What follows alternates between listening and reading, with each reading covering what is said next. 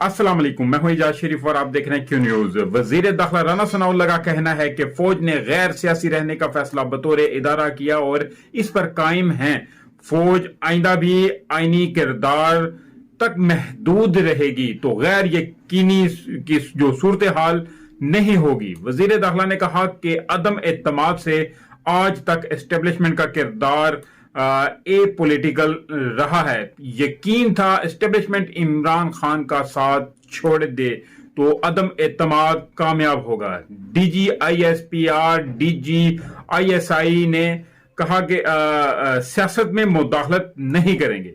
राना सनाउल्लाह ने वाजे कर दिया कि PTI ने पंजाब और खैबर पख्तूनख्वा की असम्बलियां तहलील की तो फौरी इंतखाबात करा देंगे। मजीद उन्होंने कहा कि गवर्नर पंजाब और वजीर आला को एतमाद का वोट लेने का कह सकते हैं। वजीर दाखिला का कहना था कि इमरान खान असम्बलियां तोड़े तो हम 60 रोज में जिमनी इलेक्शन करवा देंगे।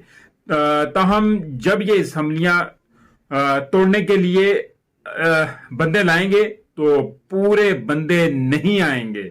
उनका तो कहने का मकसद ऐसे ही लग रहा है कि जैसे वो हाथ में बेलचे गेंदियां थोड़ियां लेकर आएंगे और उनको पास साजो सामान पूरा नहीं होगा, कुछ इसी किस्म के मामला लग रहे हैं। लेकिन उन्होंने मजीद कहा कि गवर्नर को ये इख्तियार है कि वो वजीर आला को एतमाद का वोट लेने का कहें।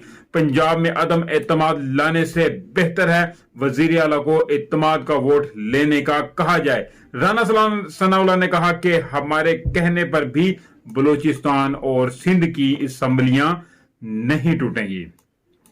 और दूसरी जानिब ये भी थोड़ी सी चीजें मैं आपको बताता चलूं कि पाकिस्तान तहरीक इंसाफ की जानिब से अगर गुज़िश्ता दिनों असम्बलियों से यानी कि मुस्तफ़ी होने का उन्होंने ऐलान किया है तो कौमी और सूबाई जो नशिस्तों से इस्तीफों होंगे, यानी कि सैकड़ों नशिस्तें हैं जिस पे वो इस्तीफा देंगे और इलेक्शन कमीशन को इस पे इंतखाबात कराने पड़ेंगे। कौमी असम्बली की एक नशिस्त पर इंतखाब कराने पर 8 से 10 करोड़ रुपए और सूबाई असम्बली में एक नशिस्त पर जो है तकरीबन 6 से 7 करोड़ रुपए के अखराजात आते हैं। तो किसी असम्बली के तहलील होने पर यानी कि जब असम्बली तोड़ी जाती है तो उसके यानी कि मुतलका असम्बली के यानी कि इलेक्शन जो होते हैं वो उसको 60 रोज के अंदर अंदर इलेक्शन कमीशन को करवाने होते हैं। इलेक्शन कमीशन चीज का पाबंद होता है। तो तहरीक इंसाफ और इत्तेहादियों की कौमी सूबाई असम्बलियों की नशिस्तें खाली होने की सूरत में ज़िमनी इंतखाबात पर कमोबेश 36 अरब रुपए खर्च होंगे। तो आप खुद हिसाब लगा लें कि पाकिस्तान हमारा इस वक्त किस जगह पे खड़ा है। अगर ये इलेक्शन करवाने पड़ गए तो फिर हमारे पाकिस्तान को कितना बड़ा नुकसान होगा। इसलिए अभी तकरीबन कोई अब अगस्त में जो है वो जनरल इलेक्शन भी आ रहे हैं तो PTI की तो कोशिश है कि इसी वक्त हो जाए, ना हुए तो फिर वो उसका वेट करेंगे वो लोग। ये भी चीज आपको बताता चलूं कि पाकिस्तान इलेक्ट्रॉनिक मीडिया जो रेगुलेटरी अथॉरिटी है पेमरा ने तहरीक इंसाफ के रहनुमा आजम स्वाति की तकरीर, प्रेस कॉन्फ्रेंस और बयान नशर करने पर पाबंदी आयद कर दी है। Pakistan electronic media regulatory authority PEMRA ने तहरीक इंसाफ के रहनुमा आजम स्वाति की तकरीर, प्रेस कॉन्फ्रेंस और बयान नशर करने पर पाबंदी आयद कर दी है। पेमरा ऑर्डिनेंस के सेक्शन 27 के तहत पाबंदी आयद की गई। पेमरा ने आजम स्वाति के गुज़िश्ता रोज PTI के जलसे में खिताब पर नोटिस लिया। पेमरा के मुताबिक खिलाफ वर्जी की सूरत में न्यूज चैनल का लाइसेंस बगैर शोकाज नोटिस मौतूल कर दिया जाएगा। और आपको यह भी बताता चलूं कि साबिक वफाकी वजीर तहरीक इंसाफ के रहनुमा फवाद चौधरी ने कहा है कि पंजाब और खैबर पख्तूनख्वा की असम्बलियां तहलील करनी है। लेकिन अब उनका ये कहना है कि पाकिस्तान तहरीक इंसाफ के चेयरमैन इमरान खान की ज़ेर सदारत पंजाब और खैबर पख्तूनख्वा की असम्बलियों से मुस्तफ़ी होने से मुतालिक मशावरती इजलास हुआ है जिसमें अहम फैसले किए गए हैं। इजलास के बाद लाहौर जमान पार्क के बाहर मीडिया से गुफ्तगू करते हुए फवाद चौधरी का कहना था कि पंजाब और खैबर पख्तूनख्वा की असम्बलियां जो है वो तोड़ने में अभी थोड़ा सा टाइम है। पार्लियामानी पार्टी की मशावरत के बाद पंजाब और खैबर पख्तूनख्वा की असम्बलियां तहलील करने की बाकायदा तारीख का ऐलान कर दिया जाएगा। उनका कहना था कि हमारे استعفوں سے ملک بھر میں 567 جو ہیں وہ نشستیں خالی ہوں گی، جبکہ سندھ اور بلوچستان میں ہمارے اراکین اسمبلی جو ہے وہ استعفے جمع کرائیں گے، اور اسپیکر قومی اسمبلی کو بھی پی ٹی آئی اراکین کے استعفے منظور کرنے کا کہا جائے گا۔ آئینی طور پر پنجاب اور کے پی کے میں 90 روز میں انتخابات کرانا ہوں گے۔ ان کا کہنا تھا کہ عمران خان نے جمعے کو پارلیمانی پارٹی کا اجلاس بلایا ہے۔ فواد چودھری کا کہنا تھا کہ اعظم سواتی کی گرفتاری انسانی حقوق کی خلاف ورزی کا سلسلہ ہے۔ سینٹ کے ارکان جو ہیں وہ 10 روز سے سڑکوں پر احتجاج کر رہے ہیں، سڑکوں پر رہے ہیں، لیکن کسی نے اس چیز کا نوٹس ہی نہیں لیا ہے۔ لیکن خیر اب دیکھتے ہیں کہ آگے کیا ہوتا ہے، کیونکہ ابھی بہت ساری اس معاملات میں، ارشد شریف کے معاملے میں اور اعظم خان سواتی کے معاملے میں بھی جو ہے وہ عمران خان نے بھی شدید رد عمل دیا ہے۔ تو دیکھتے ہیں آنے والے دنوں میں کیا ہوتا ہے، کیونکہ اسی طرح بھی مولانا فضل الرحمان نے بھی اپنی تقاریر میں بہت ساری ایسی باتیں کی ہیں کہ جو بندہ اپنی زبان پہ لا ہی نہیں سکتا۔ کہ مولانا فضل الرحمان نے اپنے بیان میں بہت ہی سخت الفاظ استعمال کیے ہیں عورتوں کے حوالے سے، کیونکہ جس طرح کہ آپ لوگ جلسوں میں دیکھتے ہیں وہاں پہ اب عورتیں بھی آتی ہیں، بچے بھی آتے ہیں، بوڑھے بھی آتے ہیں۔ میں خود اس جلسے میں موجود تھا عمران خان کے، تو وہاں پہ ایسے ایسے ضعیف لوگ تھے کہ جنہیں دیکھ کر بندہ حیران ہوتا، اور رات کو سردی کا وقت تھا اور وہاں پہ وہ اس طرح چادر لپیٹ کے کنگڑ کر کرسیوں پہ بیٹھے ہوئے تھے، اور لیکن کیا ہے کہ صرف چاہت تھی۔ چاہت کی بات ہے، جس طرف چاہت ہوتی ہے اس طرف کھینچا تنا بندہ آ ہی جاتا ہے۔ اور سب سے پہلی یہ چیز ہے کہ انسان کے جو شخصیت ہوتا ہے، شخصیت کے مطابق اگر انسان الفاظوں کا اپنا تعین کرے تو بہت زیادہ اچھا ہوتا ہے، کیونکہ ہم اس قسم کی سخت باتیں جو ہیں وہ زیب نہیں دیتی ہیں، کیونکہ مولانا فضل الرحمان کا نام ہے تو اور ایک وہ پوری اپنی پارٹی کے امیر ہیں، تو جب امیر ہی اس قسم کی بےہودہ قسم کی باتیں کریں گے تو پھر نیجے پارٹی والے کیا کریں گے؟ تو ان کو تو پھر موقع مل جاتا ہے۔ رہی ایک الگ سے تو میں آپ کو بتاتا چلوں کہ جنرل قمر جاوید باجوہ نے کہا ہے کہ قومی فیصلہ سازی میں پاک فوج کا کردار اہم رہا ہے، لیکن ملک کی سیاست میں کردار ادا کرنے پر انہیں ہمیشہ عوام اور سیاستدانوں کی جانب سے تنقید کا سامنا رہا ہے۔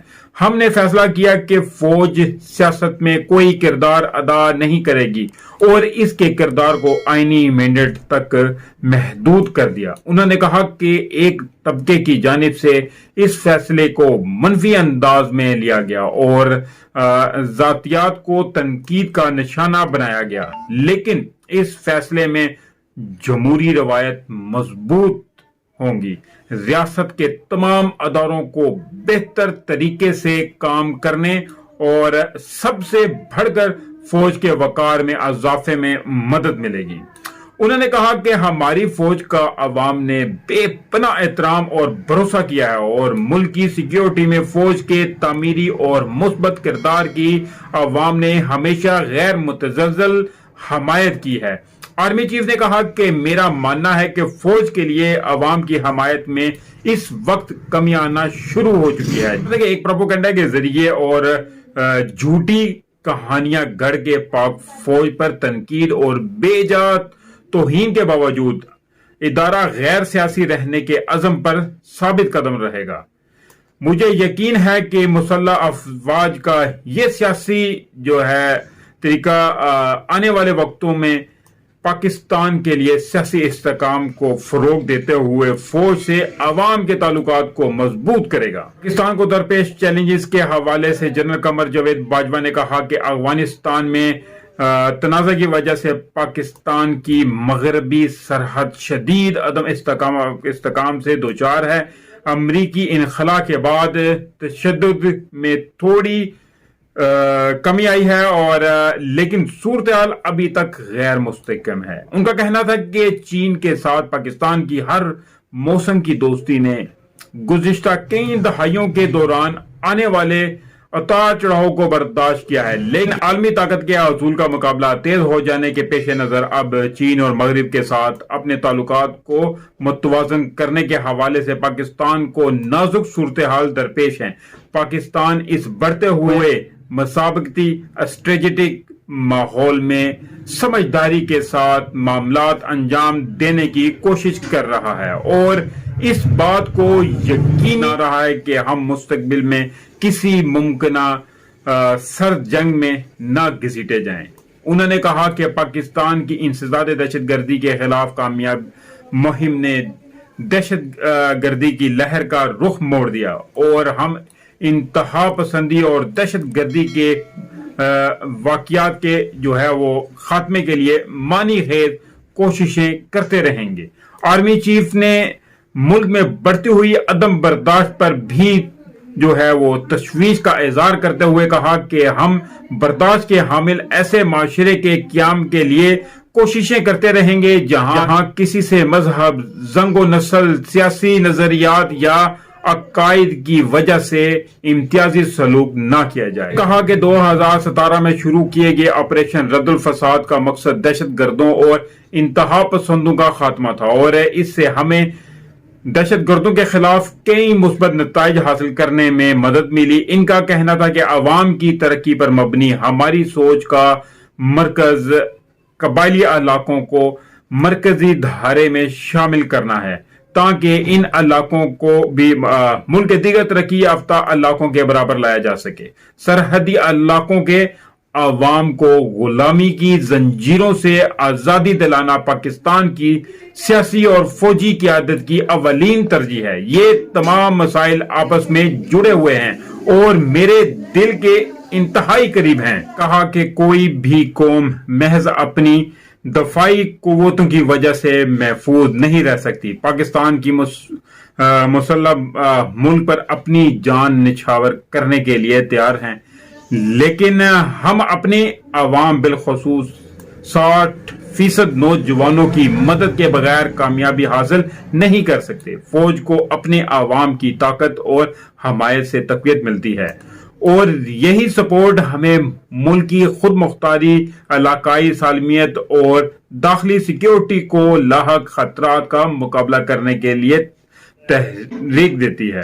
जनरल कमर जावेद बाजवा ने नौजवानों के नाम पैगाम में कहा कि अपना तमाम वक्त तवानाई, तालीम और पेशा वराना महारत बेहतर बनाने पर सर्फ करें और इस बात को यकीनी बनाएं कि खुद को तकसीम करने वाले प्रोपोगंडे और किसी ऐसे इंफॉर्मेशन वारफेयर से महफूज अपने आप को रखें जो बाहिमी भरोसे को नुकसान पहुंचाने की कोशिश करे। पाकिस्तान सबसे पहले है और यही हमारी अवलीन शनाख्त होनी चाहिए। छोटी सी चीज मेरे जहन में आती है, वो मैं आपसे शेयर करना चाहूंगा कि हमारे जो बिलावल भुट्टो साहब हैं, पाकिस्तान पीपल्स पार्टी के जो सदर हैं, अब देखें कि उनका पिछले दिनों एक बात भी चली थी और बहुत ज्यादा इस पे तनकीद का निशाना बनते रहे हैं कि उनके एक अकाउंट से उनको 30 अरब रुपए आई थिंक सालाना आते हैं।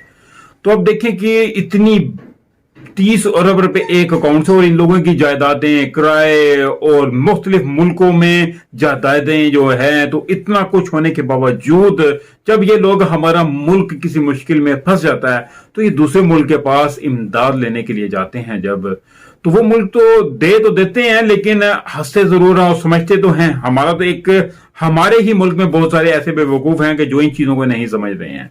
क्योंकि अब देखें कि मैंने यानी कि इमरान खान की जो है अब उनकी जो साबका बीवी है उनकी देख लें कि इतनी बड़ी जायदाद है, उनको सिर्फ इस पाकिस्तान की खातिर इमरान खान ने उनको छोड़ दिया कि मैंने पाकिस्तान जाना है और पाकिस्तान की खिदमत करनी है। और अभी देख लें कि 4 गोलियां लगने के बावजूद भी इस पाकिस्तान की खातिर, इस पाकिस्तान में जलसे जुलूसों में वो आगे पीछे कह लेंगे जलील हो रहे हैं। किसके लिए? इस अवाम के लिए, हमारी इस मुल्क के लिए। अगर वो भी अगर किसी दूसरे मुल्क जाके ऐशो सुकून की जिंदगी गुजारना चाहें तो गुजार सकते हैं, लेकिन हमारे मुल्क में इतना सारा पैसा इकट्ठा करने के बावजूद भी सियासतदान जो हैं, ओहदेदारान जो हैं, वो मानने को तैयार नहीं है। अरे भाइयों, इन लोगों ने इतना पैसा करना क्या है? लेकिन खैर, हमारे जो कायदे आजम का, इलामा इकबाल का जो मकसद था इस मुल्क को कामयाब करना, इस मुल्क को तामीर करना, वो खोया जा रहा है। वो इन लोगों ने इसकी जड़ें कमजोर करके रख दी हैं और इस मुल्क को इतना कमजोर करके रख दिया कि बिल्कुल खोखला हो गया अंदर से, तो ये किसी भी वक्त गिर सकता है। लेकिन हम सबको अब चाहिए कि हम लोग आम इस आवाम को चाहिए कि इस निकलें और इसकी कोशिश करें, ऐसे लोगों का साथ दें जो इस मुल्क को आगे लेकर बढ़ें। तो इंशाल्लाह सब मिल के दोस्त ऐसा ही करेंगे। तो इसके साथ ही मुझे इजाजत दीजिए, मिलते हैं अगले व्लॉग में। तब तक के लिए अपना ख्याल रखिएगा। काइंडली जिस दोस्त ने अभी तक मेरे चैनल को सब्सक्राइब नहीं किया तो चैनल को सब्सक्राइब जरूर कर दे और बेल आइकन के बटन को भी जरूर दबा दे ताकि मेरी हर नई आने वाली वीडियो का नोटिफिकेशन आपको मिल सके।